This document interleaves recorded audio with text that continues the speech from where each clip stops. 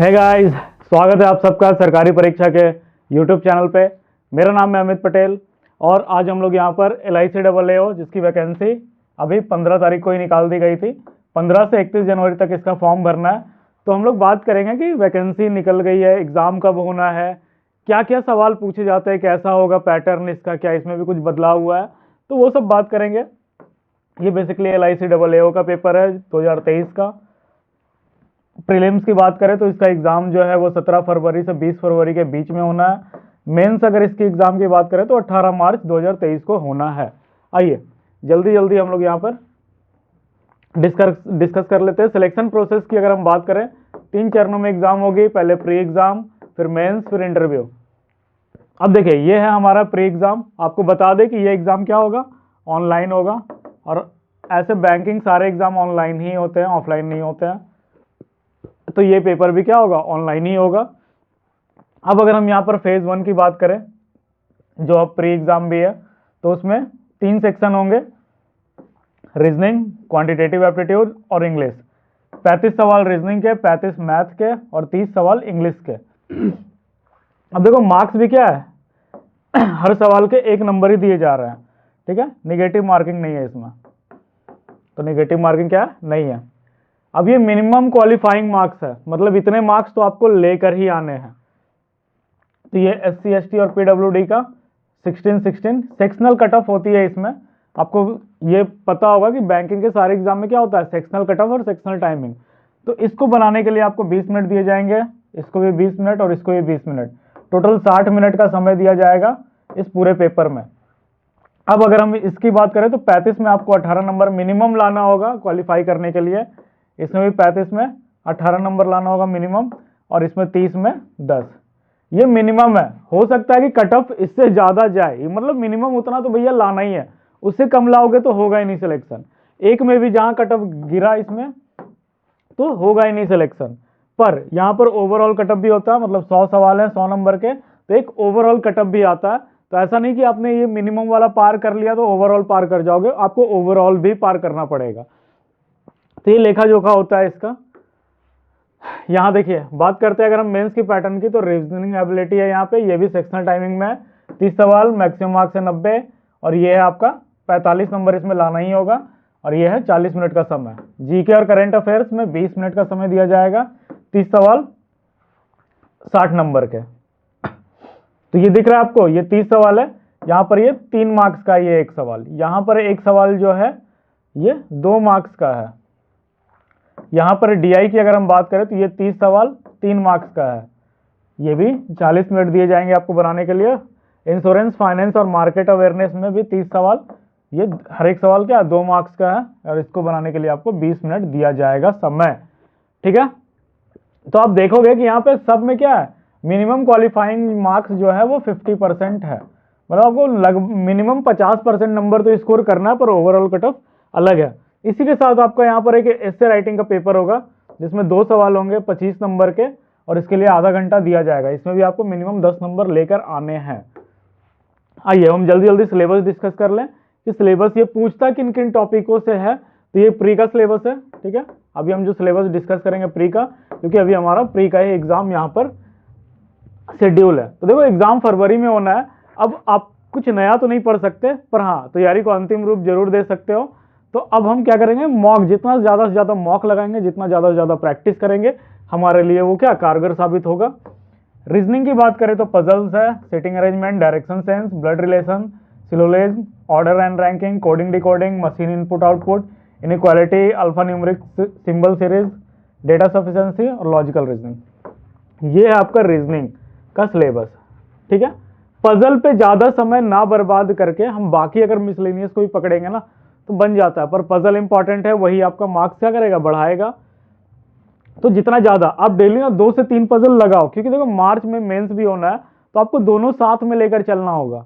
तो चलो भी 1 महीने के लिए आप सोच रहे हो कि हम प्री को पहले कर ले फिर मेंस, ज़्यादा समय नहीं देता बैंकिंग, तो वो क्या करना है, आपको प्री के साथ मेंस के भी पेपर की तैयारी साथ में करनी है। तो ये देखो, आपको करना क्या है कि पजल वगैरह डेली 2-3 पकड़ो। अब सुबह से शाम क्या करना है, केवल पढ़ना ही तो है, क्योंकि पेपर आने वाला है। तो वही करो आप, पजल डेली बेसिस पे प्रैक्टिस करो, DI भी डेली बेसिस पे प्रैक्टिस करना होता है। क्वांटिटेटिव एप्टीट्यूड की सिलेबस की बात करें तो डीआई। अब यहाँ देखो डीआई मतलब 2 से 3 सवाल डीआई के तो होते ही हैं। 15 नंबर आपको यहीं से मिल जाएगा, 2 से 3 सवाल। इसमें सारे टाइप हैं, bar graph, line, tabular, caselet, radar, pie chart. फिर इनइक्वालिटी हो गया क्वाड्रेटिक इक्वेशन का, number series, approximation and simplification, data sufficiency, miscellaneous arithmetic problems जो है जैसे LCM, HCF, profit and loss, simple compound interest, problem on ages, work and time, speed time distance, probability, mensuration, permutation combination, average ratio, partnership, problem boat, train का, mixture alligation और pipe and cistern. देखो 2 से 3 अगर बात करें ना तो 15 number, लगभग 15 नंबर क्या, 10 से 15 नंबर के इसमें डीआई आते हैं, ठीक है। 5 से 7 नंबर का आपका सिंप्लीफिकेशन होता है। 5 सवाल आपके नंबर सीरीज से आते हैं, दिख रहा है, काफी सिंप्लीफाइड होता है इसमें। तो देखो 25 नंबर तो लगभग इन्हीं पोर्शन से कवर हो जाता है। 10 से 12 सवाल के लिए वो कहाँ जाता है, वो जाता है अरिथमेटिक के पास, जिसको आप मिसलेनियस बोलते हो। वो कहाँ जाएगा, अरिथमेटिक के पास। तो करना क्या है कि देखो जरूरी नहीं कि आप जो आपको लग रहा है ना कि समय, अगर डीआई में 5 सवाल है तो 5 सवाल में क्या जरूरी नहीं कि पांचों के पांचों टफ है, भैया 3 आसान देगा, 2 ही तो टफ पूछेगा वो। तो आप अगर ऐसे मानसिकता के साथ बनाओगे ना, थोड़ा सा कैलकुलेशन स्पीड अच्छा रखोगे, और 3 तो आसानी पूछे जा रहे हैं जो जल्दी बन जाएंगे, 2 में आप थोड़ा सा टाइम दे सकते हो, तो ऐसे जल्दी जल्दी बनाओगे तो आपका जल्दी से ये खत्म हो जाएगा। नंबर सीरीज क्या है ना कि आप सारे टाइप की अगर सीरीज आपने प्रैक्टिस कर रखी है, जो कि आप करते ही हो, अगर आप बैंकिंग का प्रिपरेशन कर रहे हो तो एक भी पार्ट नहीं छूटता है। अगर वो जहां आपसे क्वाड्रेटिक पूछे तो क्वाड्रेटिक में भी शॉर्टकट तरीका होता है, अगर आपको तरीका पता है तो हार्डली 2 से 2.5 मिनट लगता है 5 सवाल बनाने में, आपके 5 सवाल सही टिक हो जाते हैं इसमें, ठीक है। तो आइए इसकी हम बात कर चुके हैं, अब हम इसकी बात कर लेते हैं इंग्लिश लैंग्वेज की। तो इंग्लिश में वही आपका रीडिंग कॉम्प्रीहेंशन पूछा जाता है, fillers, cloze test, sentence error, sentence improvement, vocab based question होगा, जैसे कि साइनो एंटो पूछ लेगा आपसे, जम्बल्ड, यहाँ पर वर्ड यूजेज है, phrase connector, paragraph related question होगा, जैसे पैरा कनेक्टर होगा, para completion, para restatement, paragraph interference और पैरा फिल्टर्स। तो ये आपका इंग्लिश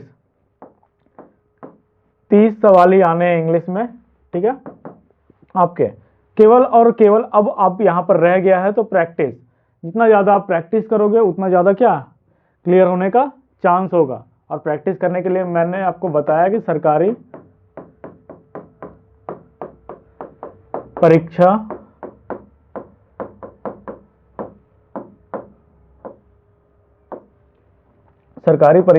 .com पे अगर आप जाओगे तो हमने अनलिमिटेड मॉक डाल रखे हैं, किसके लिए, LIC AAO के लिए। तो अनलिमिटेड है, मतलब आप डेली बेसिस पे जब तक एग्जाम नहीं हो जाता, आप अगर 2 मॉक भी लगाते हो डेली तो आप 60 मॉक लगा सकते हो, वहां तक आसानी से आपका वो प्रैक्टिस ही होता जाएगा, ठीक है। तो आपको करना यही है कि आप डेली बेसिस पे मॉक लगाएं यहाँ पे। आइए अब हम जल्दी से लास्ट में बात कर लेते हैं कट ऑफ की, कि पिछले जब लास्ट टाइम ये हुआ था 2019 में, तब इसका प्री का कट ऑफ कितना था, ठीक है। ये 2019 का कट ऑफ है। जैसा कि सेक्शनल टाइमिंग होता है, हम जनरल की बात करते हैं, नीचे वाले पोर्शन की बात नहीं कर रहे हैं। अब देखोगे ना जनरल, OBC और EWS में ज्यादा कोई अंतर ही नहीं है, सिर्फ ओवरऑल कट ऑफ में अंतर है, बाकी सब सेम है। तो देखो जनरल की अगर हम बात करें तो 18 नंबर गए थे कट ऑफ इसके, क्वांटिटेटिव एप्टीट्यूड के भी 18 नंबर, इंग्लिश 10 नंबर पे था, ओवरऑल कट ऑफ इसका 58 था, ठीक है, मतलब 58% लाने थे।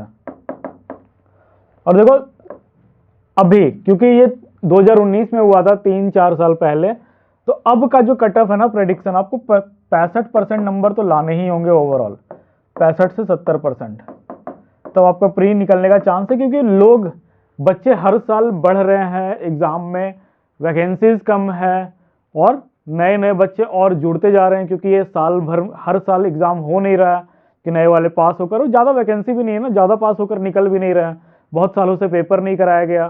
तो उससे होता क्या है कि बच्चे बढ़ते जाते हैं और सारे पढ़ने वाले होते हैं, मेहनत कर रहे हैं भाई, मतलब दुनिया भर का एग्जाम है, हर एक एग्जाम के लिए वो मेहनत कर रहे हैं, एफर्ट डाल रहे हैं।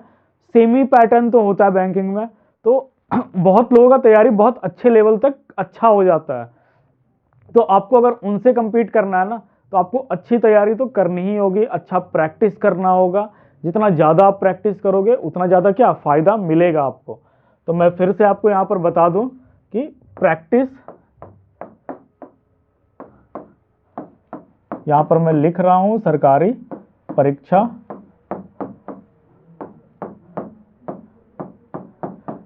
बैंकिंग इंश्योरेंस के सारे पेपर मिल जाएंगे, वो भी अनलिमिटेड मॉक के साथ। ठीक है, सरकारी परीक्षा .com पर आप जाइए, वहां पर अनलिमिटेड मॉक लगाइए। ठीक है, एक बार पास खरीद लो, पेपर लगाते ही रहो, वो खत्म ही नहीं होगा।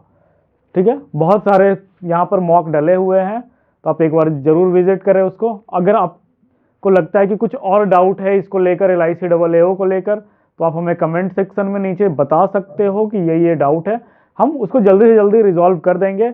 अगर बहुत ज़्यादा कमेंट होता है, लगता है हमें कि आपको एक वीडियो के थ्रू बता देना चाहिए, तो हम उसके लिए सेपरेट वीडियो ले आएंगे FAQ करके, और सारे डाउट अच्छे से क्लियर कर देंगे। तो मिलते हैं अब अगले वीडियो में। धन्यवाद।